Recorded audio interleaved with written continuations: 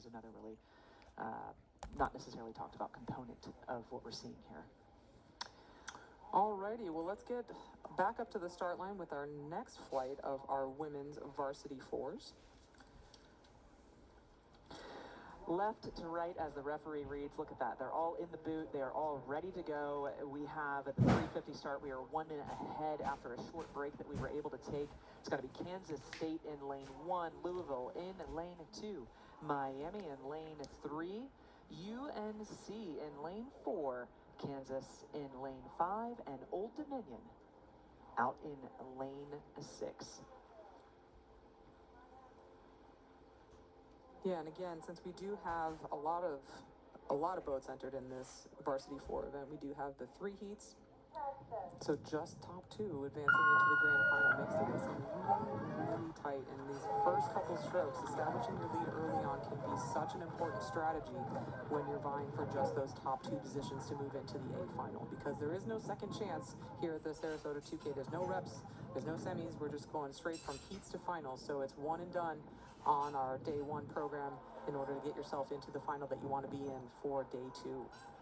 So probably getting the best out of that start. I was going to give it to Miami, but UNC going right along with them. Looks like they are trading blows back and forth, bow ball to bow ball, and just a couple of seats up on the trailing crews from Kansas and Louisville. We're seeing that chevron already in even just these first 40 or 50 strokes. You know, so another component of having a big race like this is you get to see your conference, like people from your other teams from your conference that you might not otherwise get to see. So you get to see them early on in the season, which can give you confidence, or it gives you an eye on them to go, okay, what is their race plan? What is their strategy? What is the MO of their program? What do we need to be aware of? Do we need to make any adjustments relative to them? That kind of thing. Or do we need to strengthen a component of our current plan based on what we know that we might be up against later in the season? Conference championships are going to happen in May. Here we are in March. I say this because all 3 crews, Louisville, Miami, UNC, those are your 3 leaders right now, with UNC maybe taking that edge. It was originally Miami, and I would say UNC certainly has the edge on them right now. UNC in first place, second place right now is Miami, third place Louisville. Those are all 3 ACC schools, and here I am as I'm dictating the ACC. We've got Kansas looking like they're trying to sneak up in there as a part of that party and bringing Kansas State right along with them. Well, UNC silver medalists at this event last year, so we should expect to see some very strong racing from them in this women's varsity 4. Really, again, just really starting to challenge this crew from Miami, and I think you're absolutely right. Kansas really wanted to stay in the conversation as well. This is some great racing that we're seeing here at the front of the field. 4 boats challenging for just 2 positions that will advance into the grand final for tomorrow. And wow, all to play for here as we're still in the really early stages of this race. Yeah, now after we crossed into that second 500, Kansas State was the crew that has made an adjustment. Not quite sure if Louisville was dropped back just a little bit, but Kansas State has now taken over that 3rd place by just maybe a foot over that crew from Louisville, that varsity 4 out of Louisville. So let's see if they can continue this through the second 500 and certainly then maybe push another gear. It looks like Kansas State is taking a move right now where they maybe picked up the stroke rate just a little bit to see if they could maybe get a little bit more of a foothold on that 3rd place position. Because Megan, you mentioned just a few moments ago, top 2 go through to the A final here because we have 3 heats of Division I women's varsity 4s. Out in front, getting a little more comfortable there, is UNC. Yes, UNC continuing just to stride out and see how much momentum they can start to build against this crew from Miami. But I don't think we should count out this Wildcat crew down at the bottom of your picture. They are rating extremely high and really attacking this race. They were also on the podium in this event last year. I believe it was their only medal here at the Sarasota 2K. So all the eggs in the varsity 4 basket potentially as we're moving through the regatta. But it is UNC. The camera director is going to cut the Kansas State boat out of the picture at the moment just to focus on our race leaders. Your 1-2 for the time being, it is the Tar Heels here, just really into that nice long lopey rhythm that's just allowing them just to stride away from Miami incrementally, 1 stroke at a time. But Miami just seeing what they can do just to hang in there and maintain that overlap. We're not even to 1,000 meters yet, and this is quite a story that we're seeing in this women's varsity 4. You know, I like that you reflected. I think it's interesting that you reflected on the UNC rhythm as lopey. I was about to comment on the difference between the 2 rhythms of UNC and Miami there, where Miami's a little bit quicker around, where you can see UNC lingers a little bit toward the back end of the stroke.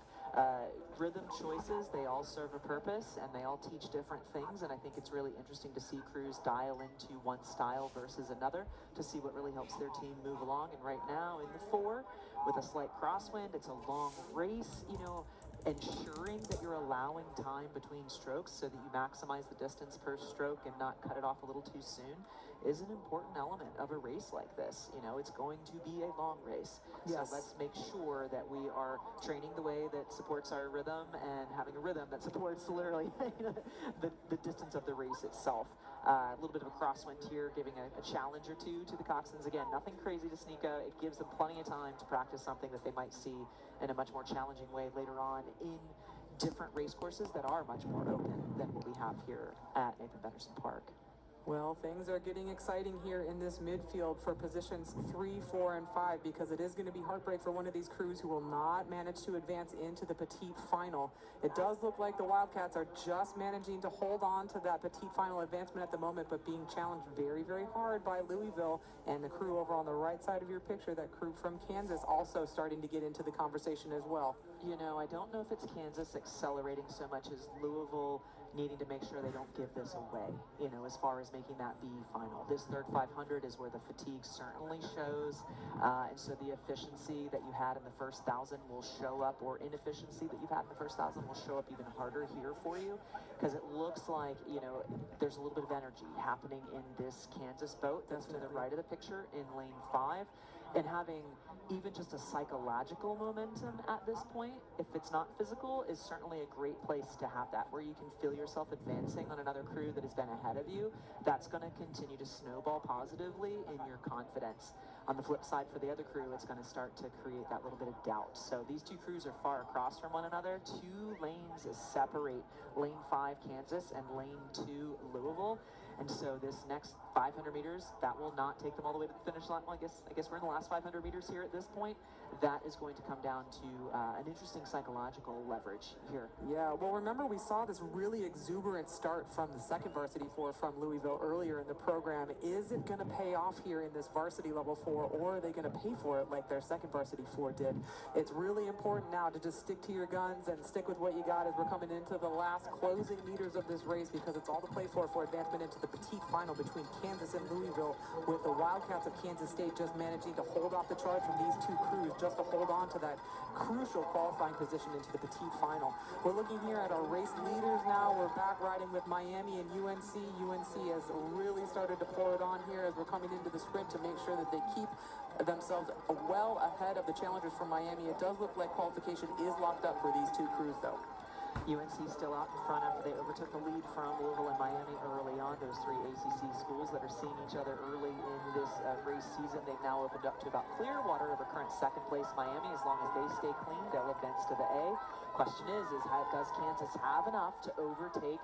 They did. So Kansas has walked ahead of that crew out of Louisville, and now they're putting pressure on Kansas State. Those two crews out of Kansas, well across the course from one another, have managed to get ahead of Louisville in the second half of this race. And right now in the last 500, Kansas has made up a lot of ground and done a lot of good work in the last 20 or 30 strokes or so, making it clear for them that they are going to come down to the line, at least making it through that B final, nearly taking over the advantage into that third place position. Just a few feet, honestly, off of Kansas State. Yeah, great move executed by the Jayhawks to get themselves into that critical 4th place position in order to advance into the petite final and secure maximum points for their team for the Benderson Cup. Great leadership that we saw there from your senior stroke woman, Anastasia Draha, just really driving the rhythm on for the Jayhawks to get them all the way up with interstate rivals Kansas State. So a great rematch that we're going to see between those two programs with very different race strategies in tomorrow's B final. Coming across the line now, going to be Old Dominion to round out this field of 6. I don't know if you caught it.